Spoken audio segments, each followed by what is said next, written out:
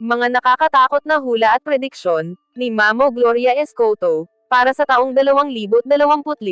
Pero bago tayo magpatuloy ay i-like mo na ang ating video, mag-subscribe, pindutin mo na rin syempre yung notification bell, at piliin mo yung all, para palagi ka updated, sa ating mga latest videos. Si Mamo Gloria Escoto, ay kilala bilang manghuhula sa Pilipinas, at sikat sa pagbibigay ng mga prediksyon, patungkol sa kapalaran, mga babala o paalala, at sa mga ritual. Kilala rin siya bilang isang influencer, sa social media, kung saan ibinabahagi niya ang kanyang mga hula, at spiritual na mga gabay. Sa kabila ng mga kontrobersya, ay patuloy ang kanyang kasikatan, at maraming tao ang umaasa sa kanyang mga podcast, kaya't inaabangan, ang kanyang mga hula at prediksyon, para sa taong 2025.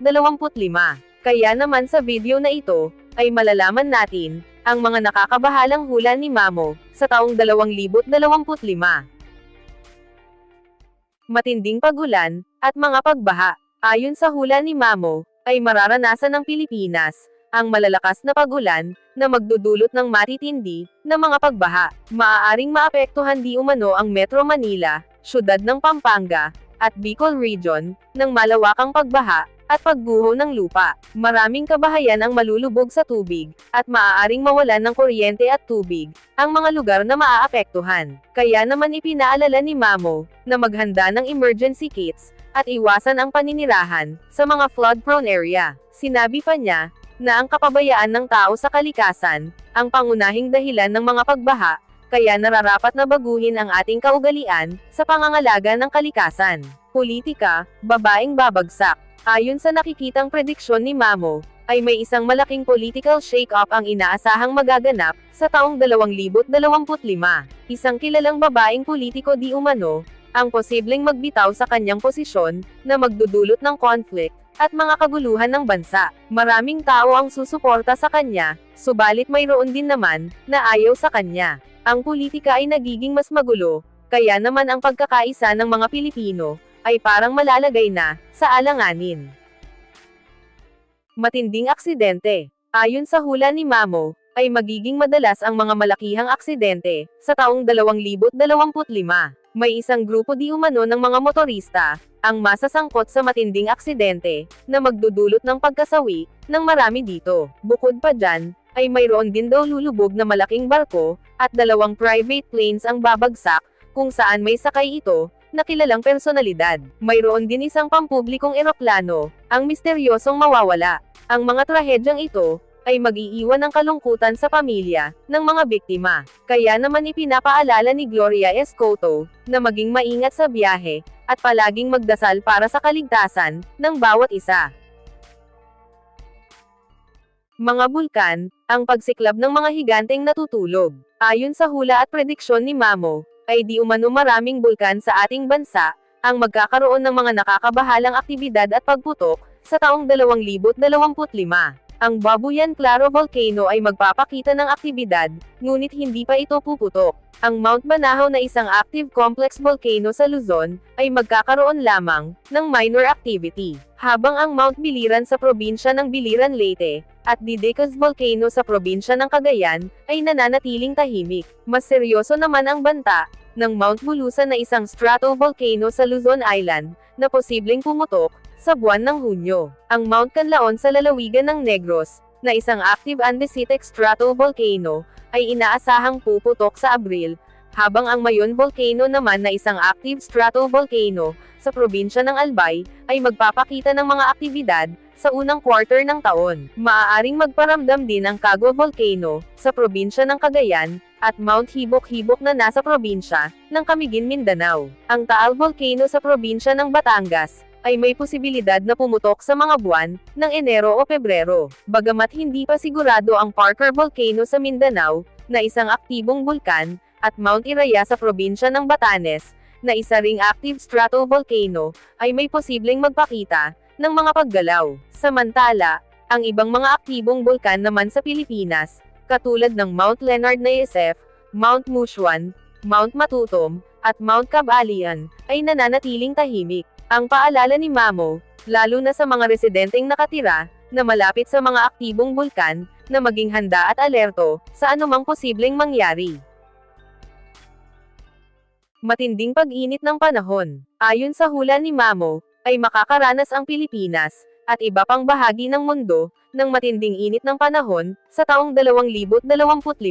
Ang sobrang init na ito ay maaaring magdulot, ng pagkasawi ng maraming tao, lalo na ang mga matatanda, mga bata, at mga may karamdaman. Dahil din sa matinding init, ay posibleng mawalan ng tubig, at kuryente. Nagpaalala siya sa lahat, na manatiling hydrated, iwasan ang matagalang pagbilad sa araw, at ugaliin alagaan ang kalikasan, upang maiwasan ang mas malalang epekto, ng climate change. Ang tag-init sa taong 2025, ay inaasahang magiging matindi. Ayon sa prediksyon, ay 10 beses na mas mainit ito, kaysa sa mga nagdaang taon. Heat stroke at biglaang pagkasawi, ang nagbabadyang epekto nito. Ang matinding init ng panahon, ang tila magsisilbing babala sa bawat isa, na dapat paghandaan, ang hindi maiiwasan na pagbabago, sa climate change.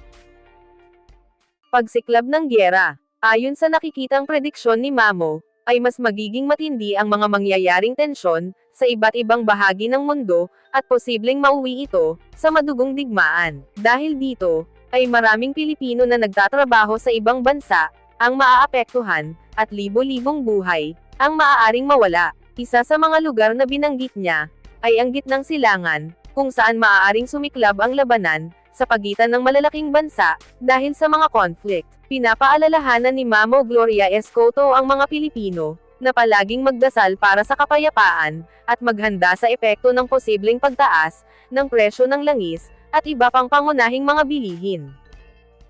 Lindol, ang Big One, at tsunami. Ayon sa hula ni Mamo, ay nakikita rin niya ang banta ng mga malalakas na lindol, na dulot ng aktibidad sa mga fault line, ng ating bansa. Pinakamalaking peligro ang dala ng West Valley Fault, na posibleng magdulot ng matinding pinsala, sa Metro Manila, at mga kalapit na syudad nito. Kasama rin sa mga dapat paghandaan, ang mga fault line sa Visayas at Mindanao, na maaaring magdulot ng mga lindol, na makakasira sa mga infrastruktura, at mga kabuhayan. Ayon kay Mamo, ang pagkakaroon ng kaalaman sa earthquake drills, pagkakaroon ng emergency kits, at pagkukumpuni ng mga gusali, ay mahalaga upang mapigilan, ang mas malaking trahedya. Ang tinaguriang The Big One naman, ay tila hindi pa darating ngayong taon, subalit ang mga fault line nito, ay tahimik na gumagalaw. Ang Manila Trench, Kasiguran Trench, fault line ng Rizal at Nueva Ecija, ay may senyales ng aktibidad. Ang probinsya ng Mindoro, ay mayroong nagtatagong bulkan sa ilalim nito, na posibleng magdulot ng sakuna, sa mga susunod na panahon. May posibilidad rin makaranas ang ating bansa, ng unang tsunami nito, sa modernong panahon. Kaya naman dapat alamin ng bawat Pilipino, kung nasaan ang mga fault line, sapagkat ang mga ito ay maaaring gumising, anumang oras o araw. Ang sitwasyon sa ekonomiya. Ayon sa prediksyon ni Mamo, ay hindi magiging maganda ang simula, ng ekonomiya ng Pilipinas, sa taong 2025. Maaaring bumagsak ito, dahil sa mga isyong politikal, at pandaigdigang epekto, o mga pagbabago. Maraming Pilipino ang maghahanap, ng mga oportunidad sa ibang bansa, ngunit bago matapos ang taong 2025, ay mayroong senyales, ng pagbangon. Ayon pa sa kanya, ay malaking hamon ang haharapin, ng ekonomiya ng Pilipinas, sa taong 2025.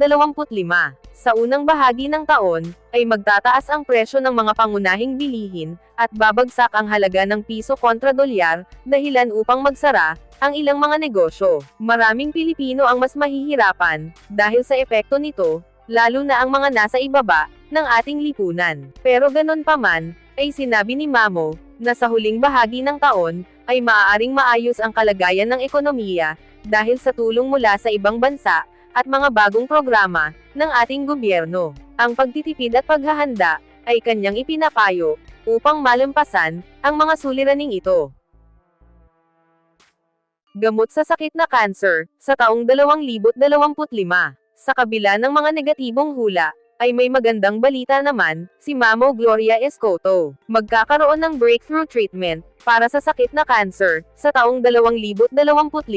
Ayon sa prediksyon ni Mamo, ang gamot ay magbibigay ng pag-asa, sa maraming pasyente. Kahit na mahal ang unang labas nito, pero inaasahang magiging abot kaya ito, sa paglipas ng panahon. Paalala niya na ipagpatuloy ang pananaliksik, at suporta sa medisina, dahil ang pag-unlad na ito ay maaaring magligtas ng maraming buhay. Bago tayo magtapos ay i-like mo na ang ating video, mag-subscribe, pindutin mo na rin syempre yung notification bell, at piliin mo yung all, para palagi ka updated sa ating mga latest videos. Ang mga hula at prediksyon ni Mamo Gloria Escoto ay mga babala at paalala sa atin na karaniwang malawak at maaaring maganap sa natural na takbo ng panahon, katulad ng mga bagyo, lindol, at mga aksidente. Ito ay mga pangyayaring hindi naman talaga nakakagulat, dahil likas na sa ating mundo ang ganitong mga sakuna o mga kaganapan. Pero ganun pa man, ang pagpapakalat ng ganitong mga impormasyon ay posibleng magdulot ng takot o pag-aalala,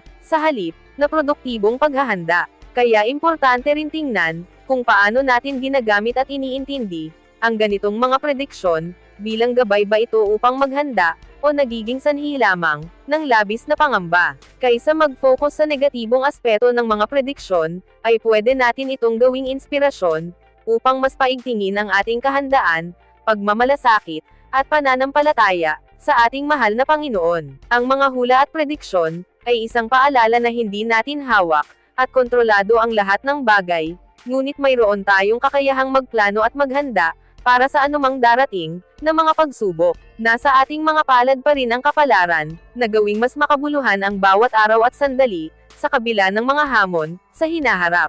Ang taong 2025 ay taon ng mga pagsubok, ngunit maaari rin itong maging taon ng pag-asa kung tayo ay magtutulungan, magdadasal, at magiging handa. Ikaw, ano ang masasabi mo sa mga hula at prediksyon na ito ni Mamo Gloria Escoto? Magkatotoo kaya ang mga ito sa taong 2025? Comment mo sa baba ng ating video yung sagot o masasabi mo para malaman din namin. See you on our next videos.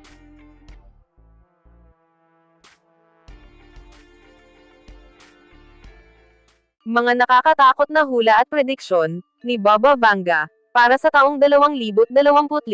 Pero bago tayo magpatuloy ay i-like mo na ang ating video, mag-subscribe, pindutin mo na rin syempre yung notification bell, at piliin mo yung all, para palagi ka updated sa ating mga latest videos. Si Bang Elia Panday Vagashtarova, o mas kilala sa tawag bilang si Baba Vanga, siya ay isang Bulgarian na manghuhula at manggagamot, kung saan sinasabing nakikita nito ang mga mangyayari sa hinaharap. Ipinanganak siya noong October 11, 1911, at pumanaw sa edad na 84 years old noong August 11, 1996. Siya ay isang bulag, pero nakakakita ng hinaharap, at siya ay itinuturing na modernong Nostradamus dahil sa kanyang mga prediksyon na tila alam na alam ang mga pangyayaring magaganap. Kahit sa kanyang pagkawala noong taong 1976, ay nanatiling sikat ang kanyang katauhan at mga prediksyon. Paano kaya niya ito nahulaan? At ano-ano ang mga hula ni Baba Vanga para sa taong 2025?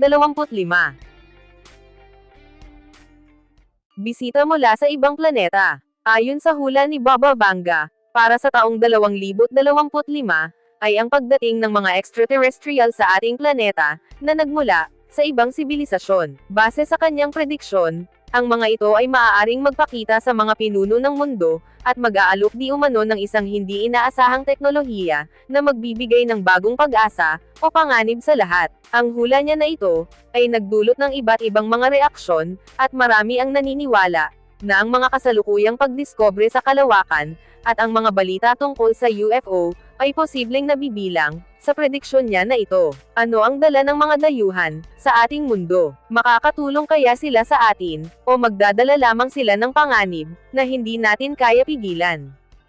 Ang simula ng Apocalypse. Ayon sa nakakabahalang prediksyon ni Baba Vanga, ay sinasabing mangyayari sa taong 2025 ang Apocalypse. Hindi man malinaw kung anong klaseng apocalypse ang kanyang tinutukoy, subalit ang kanyang hula na ito ay nagdala ng takot at pag-aalala sa marami. Maraming expert ang nagsasabi na ito di umano ay maaaring malaking pagbabago sa mundo, katulad ng mga sakuna, pagsubok sa ekonomiya, at mga trahedya o pangyayari na hindi pa natin lubos na maunawaan. Kung ang hula niya na ito ay totoo, ang taong 2025 ay maaaring magsimula ng isang masalimuot at mapanganib na panahon para sa buong mundo. Binibigay ng ibang mga taga-suporta na ang ideya ng apocalypse ay posibleng isang serye ng malalakas na bagyo, paglindol, pagsabog ng mga bulkan, at isang hindi inaasahang sakit o virus, na magbabago sa takbo ng buhay, ng bawat isa sa atin.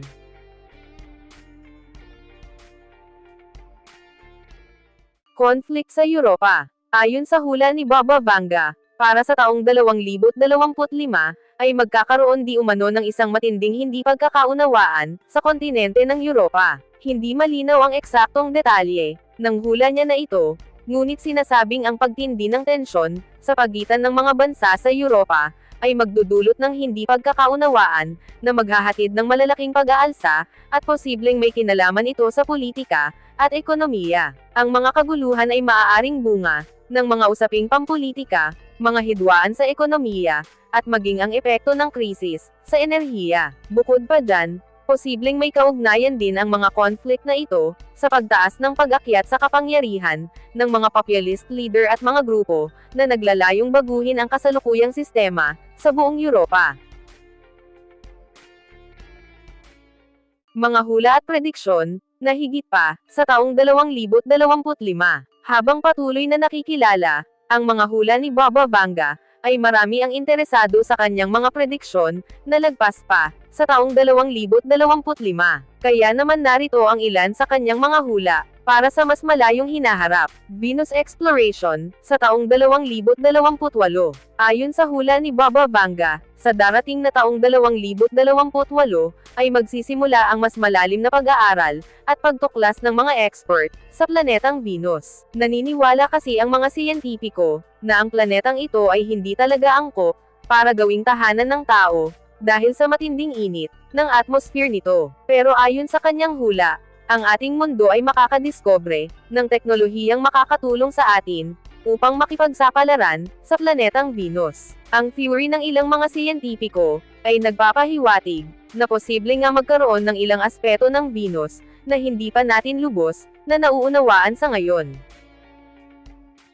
Pagkatunaw ng polar ice caps, sa taong 2033, isa sa pinakakinatatakutan, at nakakabahalang hula ni Baba Vanga, ay ang unti-unting pagkatunaw, ng mga polar ice caps, sa taong 2033. Hindi na bago sa atin, ang pagbabago-bago ng panahon, subalit ang tuluyang pagkatunaw ng mga yelo, sa polar region ng Arctic at Antarctic, ay magdudulot ng tuluyang pagtaas, sa level ng tubig dagat, na magpapabago sa topography, ng ating mundo. Kasabay sa pagtaas ng tubig, ay malaki ang posibilidad, na maraming mga syudad at bansa ang lulubog, at maraming tao, ang maaapektuhan. Pag-usbong muli ng komunismo, sa taong 2076, ayon sa hula ni Baba Vanga, ay muling magbabalik ang komunismong pamumuno at pamamahala, sa maraming bahagi ng mundo, sa taong 2076. Maraming mga expert ang nag-iisip, kung ito nga ba ay posibleng mangyari, lalo na ang globalization at capitalism, ay siyang namamayani, sa kasalukuyang panahon. Ngunit may mga kumakalat sa social media, at ang pagtaas ng mga kilos ng panlipunan, ay posibleng magbalik ang ganitong ideolohiya, at magbago ang lipunan, sa ilalim ng isang bagong uri, ng komunismong kalakaran.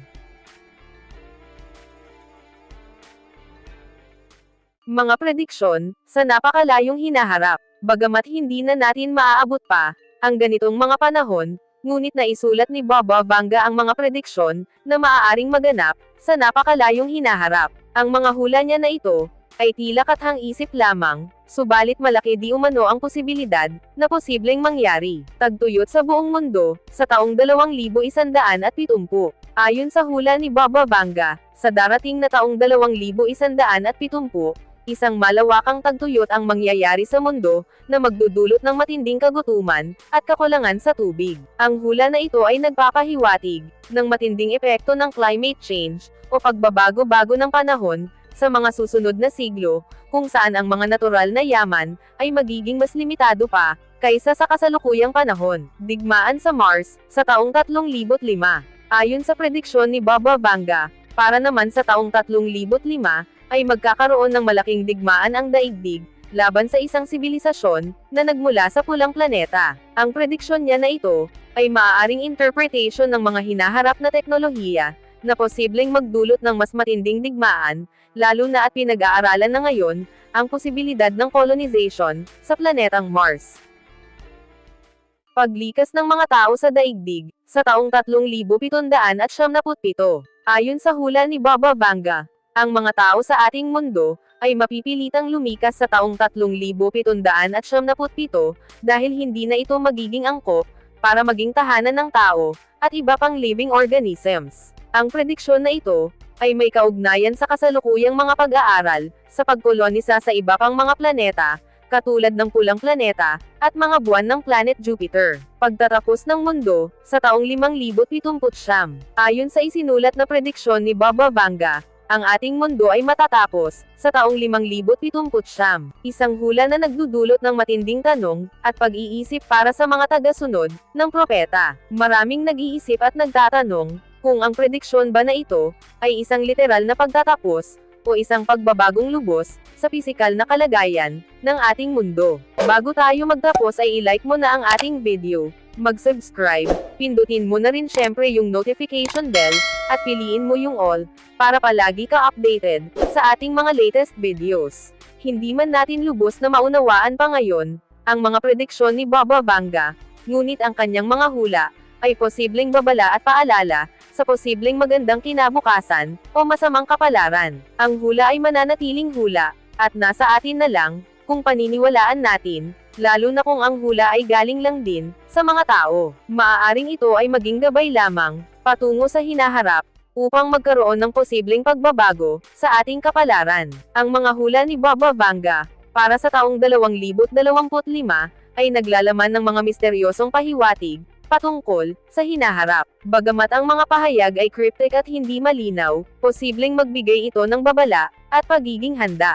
Ikaw, ano ang masasabi mo, patungkol sa mga hula at prediksyon na ito, ni Baba Vanga? Comment mo sa baba ng ating video, yung sagot o masasabi mo, para malaman din namin. See you on our next videos.